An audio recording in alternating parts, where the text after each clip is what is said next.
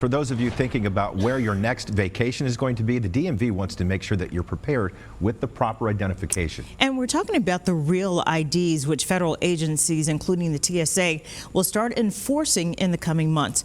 Brendan King is live explaining the importance of having a real ID and why you shouldn't wait to the last minute. Brendan. Absolutely, and a spokesperson with the Virginia DMV tells me half of Virginians already have their real ID. That is more than 3.9 million Virginians. However, the real fear is that some may wait too close to that May 7th deadline and not receive their real ID. You don't want to show up here to the Richmond International Airport, get turned around, and miss your flight. Most importantly, start the process online. You can fill out a bunch of the stuff, and then you can book an appointment. So real world, my wife did this online, booked an appointment. She clocked it.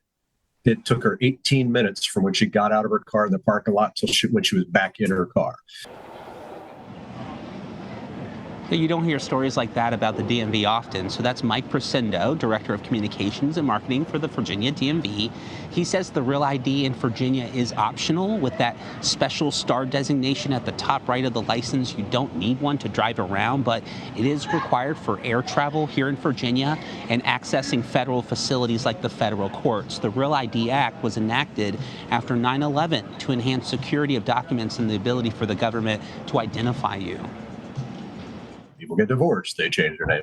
People don't like their name, they change their name. But we need to have the original documentation to prove that that name has changed. So even though you may have been married for 30 years, the federal government doesn't care. They want to see the paperwork.